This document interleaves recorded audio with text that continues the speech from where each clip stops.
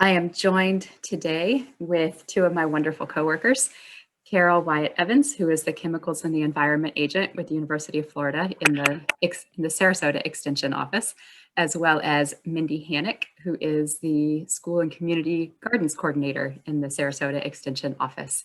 And we are very excited to talk with you today about tomatoes. We're going to ask everyone to just leave their microphones on mute during the presentation. We are expecting a big group today. We had, I think, close to 200 people who registered, and we usually get about half the people who registered who actually attend. So because it's a big group, we're going to ask you to just keep your microphone on mute. But Mindy has the very appreciated job in this gardening series of monitoring and moderating the chat box. So if you look at the bottom of your screen, right in the middle, there is a little symbol that looks like a text message chat symbol. If you have questions that you would like to ask, just go ahead and type them right there into the chat box. If for any reason you have any trouble with the chat box and you need to ask a question verbally, please just wait until after the presentation part, and we will go ahead and get things rolling. And I'm hearing a little bit of feedback noise. I'm not sure if there's an unmuted mic or if there's some strange other noise. Say, before I get started, I just want to make sure. Say, I'll look for it, Sarah. Thank you. I appreciate it. Sometimes microphones just randomly will unmute themselves. So we may have to pause every once in a while and mute unintentionally unmuted microphones. So we started this, oops, wrong number on that. That's supposed to be Edible Gardening Series Session 14. I have a typo on there. So this is, today's topic is Tomatoes 101, tips for choosing the right varieties and trellises for your tomatoes.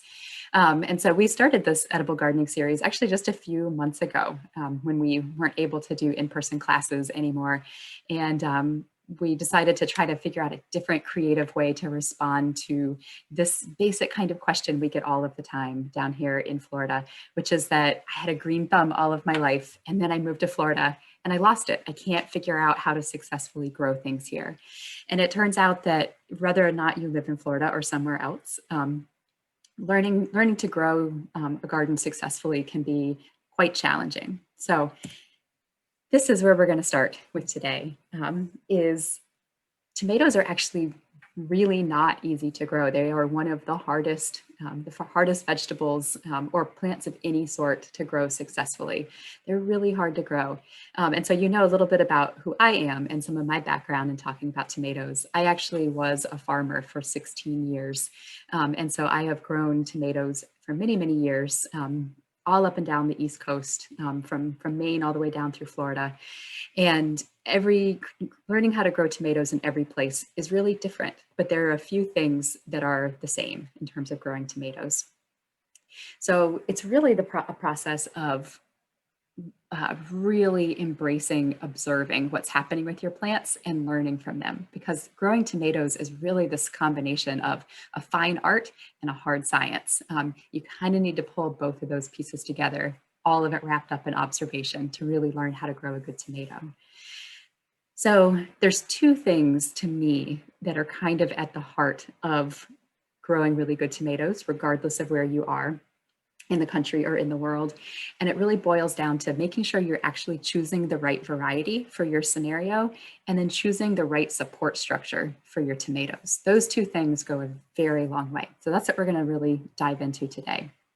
And if you're interested in having a much deeper dive into the topic of growing tomatoes successfully, one of the amazing master gardeners who volunteers with our office, Arnie, I think Mindy has put an upcoming class that he has, I think in a week or two, on growing tomatoes. And Arnie is a true tomato growing guru, both in Florida and in New York. So if you really want to dive in and have a much deeper version of how to grow a good tomato, check Arnie's class out. Okay, so for me, I find it really handy to break tomatoes down into 5 categories.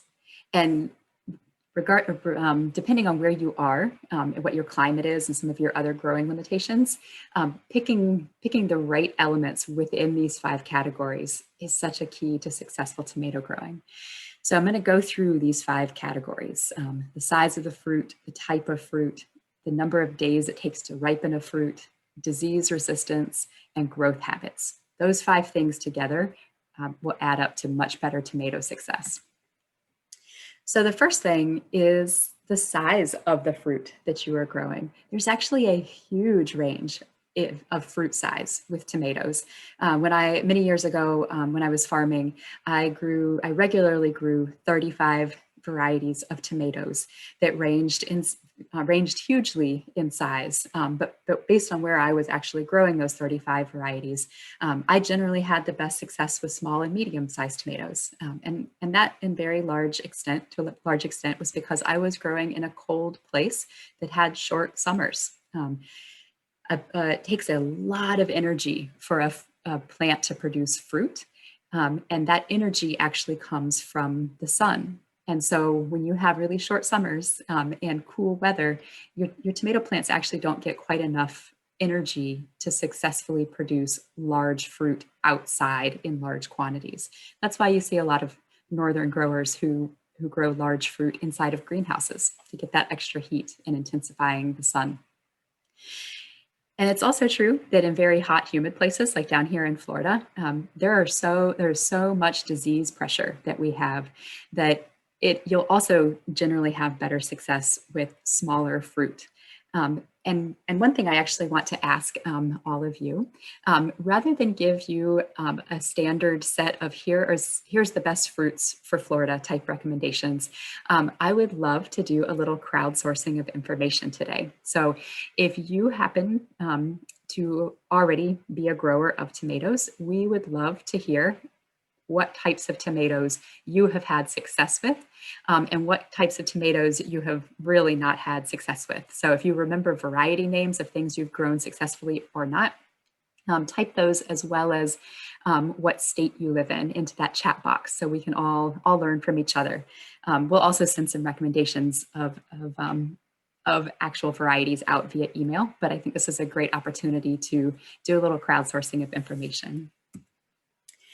So the next thing to think about is what type of fruit are you actually hoping to be growing, right? There's basically 5 different categories of tomatoes in terms of type of fruit. There's a couple others that fall into a really odd kind of just odd shape that you don't often see even offered as seeds or seedlings in this country. But in general, we have, just totally standard cherry tomatoes, like you can see in this picture. They generally are relatively similarly sized. They range in size from smaller than a marble to about double the size of a marble. Grape tomatoes are the ones that have this sort of shape, like more or less the shape of a grape. They also tend to be small, ranging from about the size of a marble to about double the size of a marble. And then you've got salad tomatoes down here. They go by a couple other names, but they're typically referred to as salad tomatoes. In places that have trouble ripening up really large tomatoes, this can often be a really good alternative. They often have a really similar flavor and texture and kind of appearance to the larger tomatoes. And then there's a category called Roma or sauce or paste tomatoes. They kind of go interchangeably by those 3 names. Different regions of the country call them different things. And these tend to be pretty dry tomatoes. They are generally varieties that are meant for sauce or for drying, like sun-dried tomato. And so they've been bred to actually have very low moisture content. But they also have a huge range in size, from about twice the size of a marble to over a pound. So it's if you are somewhere that has a lot of disease pressure or just has really short summers, if you're going to grow a Roma or sauce type tomato, make sure that it's one of the smaller varieties. That's pretty important. Those 1-pounders can be really hard to ripen up. And then of course you got the slicers. Those tend to be larger. They tend to range in size from about half a pound all the way up to 3 pounds. And those are, the bigger the tomato, the the smaller the region of the country that can successfully grow those big tomatoes. Okay, so the next part to think about is how many days does it actually take to ripen the tomato that you think you want to grow? In general, the full range, depending on variety, is about 55 days to 90 days from when you transplant it into the ground to when you can start actually harvesting ripe tomatoes. That's a big range, right? And so if you are somewhere that has a lot of disease pressure, like the Deep South, or really short, cold summers, you probably want to shoot for somewhere in the realm of 55 to 72 days ripeness. And you can actually just pick up a seed catalog or when you're ordering plants or looking at plants from a nursery, actually look on look on the tag, figure out how many days those that fruit that you're looking at is predicted in terms of days to ripening. In general, small fruited varieties ripen a lot faster than large fruited varieties. And in general, fruit ripens much more quickly in warm places than cool places. So there is some variation in there, but if you are a place that has trouble getting tomatoes to actually fully ripen before the summer ends or before diseases take a plant down, you really want to shoot for the shorter end of days to ripeness. If you are somewhere that is cold, part of the issue is also that tomatoes need both hot days and warm nights to ripen. So that can be a limiting factor in cold places. Even when the days are warm enough, sometimes the nights have started to drop off too cool. So the next category of things to think about is disease resistance. I know there's a lot of words and symbols on your screen. You don't need to fully take these in. I just wanted to show you some of what's going on in the world of tomato disease resistance. So there are hundreds and hundreds and hundreds of varieties of tomatoes in the world. And some of them are very old traditional varieties, but there's also huge numbers of hybrid varieties of tomatoes, and I'll get into what that is in just a moment. And a lot of what plant breeders do is, especially with tomatoes, is find tomato plants that have natural resistance to certain diseases, and then breed them with other tomatoes that maybe have a really good flavor or they hold up really well to drought or something like that. And in that process, they start to breed through natural breeding techniques plants that are much more resistant to disease than other tomatoes. So there's also dozens and dozens and dozens of tomato diseases in the world. Some areas, such as Florida, have a lot more of those tomato diseases than other parts of the country. In general, tomato diseases really thrive on hot, wet, humid conditions. Although there's others that also really do well in some of the cooler conditions. So if you are really committed to growing a very good tomato without huge amounts of trouble, it's really important to look at the disease resistances of different varieties. And these are just a handful of the codes that you might see if you're shopping for seeds, if you're starting your own seeds, or even if you're just buying tomatoes directly from something like a plant nursery or the farmer's market. I would recommend doing a little research first on on the varieties that are being offered and matching them with the types of diseases that are common in your area. And we can help you figure out what kinds of diseases are common in your area. In 2 weeks, Carol is actually teaching a class on this one right here, tomato yellow leaf curl virus. That's a very common and very deadly virus in our area for tomatoes. So one thing that's also really important to note is that disease resistance in tomatoes really falls into a couple of different categories. Intermediate resistance, as in it's kind of like, yeah, it's decent resistance, but it's not amazing. And then a high level of resistance that you'll usually see in seed catalogs coded as HR for high resistance. And those are pretty resistant. You know, they're not bomb proof, but they're pretty resistant. And Arnie, master gardener volunteer in our office who is so good with tomatoes, is in the process of devising his own personal resistance categories as well, because he feels like, and I would totally agree with Arnie, that having just 2 resistance categories is almost not enough, right? There's certain varieties that are kind of like a C, and some that are more like an A on a grading scale, and some that are, maybe an F. So there's so many ways to think about disease resistance, but if you're in a disease-prone area, it's a really good thing to think about. So just a, really briefly, and we can talk about this more in the question and answer section, but I just wanted to differentiate for those of you who don't know, who are unclear about this, the difference between a hybrid and an heirloom.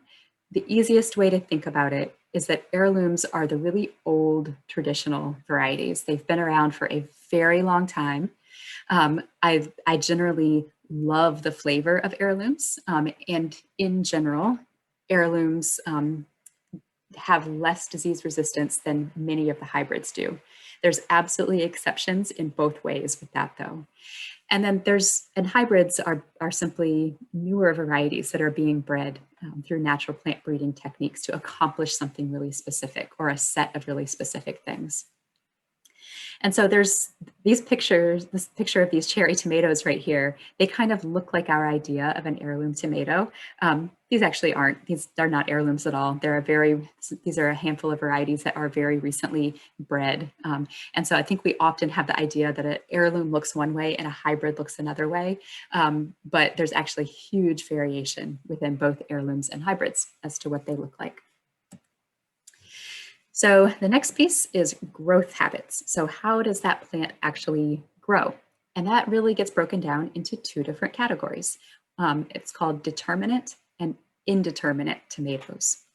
A determinate tomato is a category of tomato that has literally like a predetermined amount of growth that plant is going to have. They tend to be shaped more like a stocky, short little bush, and they tend to produce fruit and actually ripen up fruit over a pretty short window of time. Those are the varieties that are often used within commercial production for things like canning. Like large scale producers will do things like tomatoes for canning into tomato sauce that gets sold in the grocery store and things like that. You want to be able to harvest a whole field all at one time and not have to pick through to see what's ripe and what's not, right? So that's the determinate tomato idea. They're shorter, stockier, bush-like. They produce short fruit in a pretty short window of time. Indeterminate tomatoes, like the ones that you see here in this picture in a greenhouse, they don't have a predetermined amount of plant growth that happens. They have an indeterminate amount of plant growth that can happen. They don't really stop growing until something kills them, like frost or disease or something like that. They can become very, very long, tall, sprawling plants, sometimes growing over 10 feet tall in the right conditions. And they produce and ripen fruit over a pretty long window of time, just a little bit at a time. So you just have continuous production. These are some amazing pictures that Arnie took just a week or 2 ago, somewhere in Florida. I actually can't remember, Arnie, where you told me you took these, but these are clearly not homegrown tomatoes, right? These are somewhere extremely, who have extremely well-tuned, finely tuned details of how to grow a tomato. This right here, this tree is actually 2 tomato plants. So look at that. So this is what, if you go about it with extreme surgical scientific precision within the most controlled environments, you can actually train your tomatoes into a small tree. This is what's possible. And I wanted to show these pictures. These are, I think Arnie told me, are 30-foot tomato vines right here. That's pretty tremendous. So this is what tomatoes are capable of if you can nail all of these elements. As a home grower growing outside, it is absolutely much harder than in a controlled greenhouse environment to grow big, long-lasting, really robust and disease-proof plants. But I just wanted to show you some pictures of what is possible. So here's a really good example of a determinate variety of tomato. right? So they're pretty short plants. They're pretty stocky, kind of dense plants. That's what that looks like. And then this is just a quick chart. So you can see some seed companies and plant companies do a really good job of putting all of this information together, right? So like, for example, this is just a part of a page of determinate tomato varieties. This is in a seed catalog. And it gives you, this is just some of the determinate varieties the seed company was selling. And it gives you lots of information, and you can really kind of break it down and start to compare. And this is a yellow box I put around these just to make it easier to pull two out. But so you have this is a plant that a variety rather that's it's certified organic seed. This one is not. This one takes 65 days to mature, even though it's twice the size of this one, which takes 10 days longer to mature. High resistance to a few different diseases, intermediate resistant to another disease. And then you can see this one actually has more disease resistance. So sometimes it's not enough just to look at the size of the fruit or the number of days to ripeness or just the disease resistance. Sometimes when you look at all of those pieces together, that gives you the best information. So to kind of sum all of that up, if you live in a hot, humid climate, you will have the best success if you grow a fruit that is somewhere between small and medium to size. It's much harder to successfully grow large fruit in hot, humid climates. But any type of fruit, right? Cherry, plum, grape, slicer, any of those. It doesn't matter what type of fruit. Just make sure you pick the type of fruit you actually want to eat. And then you'll generally have the best luck with fruit that ripens in 55 to 75 days.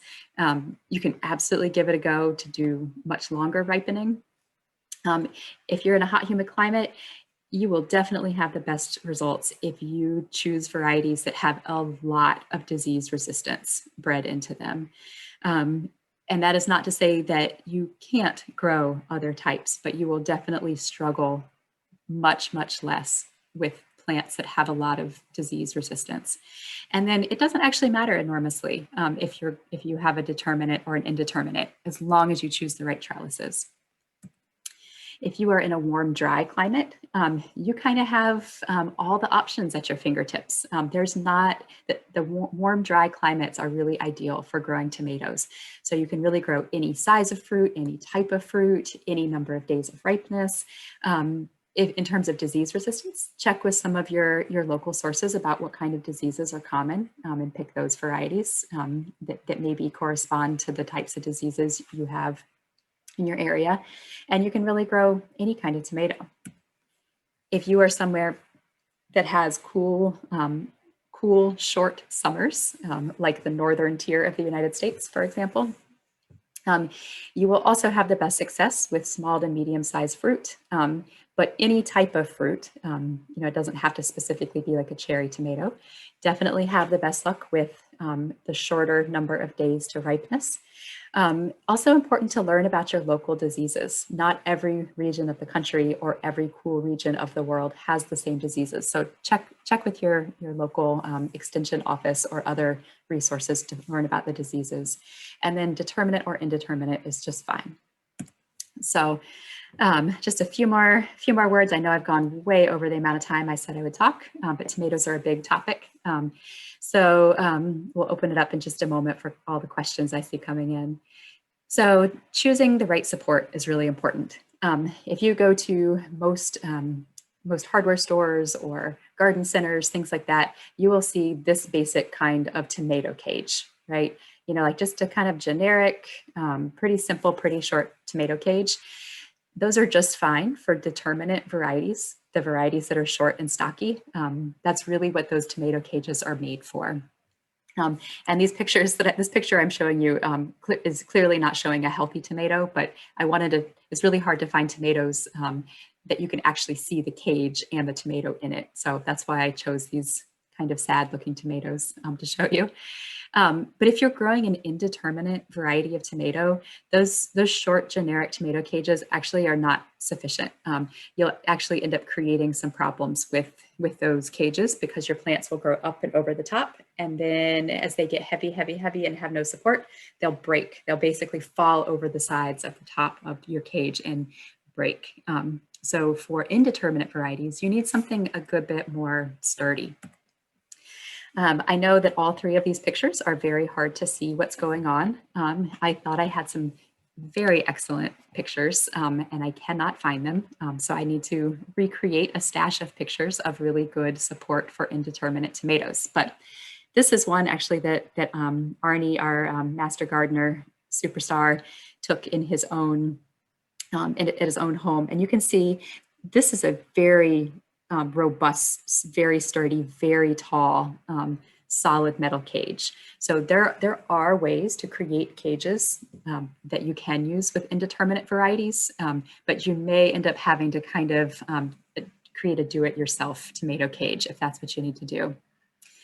I've had wonderful luck using big structures like this, where I use big stakes or T-posts. T-posts are this kind of post that you see on this part of your screen.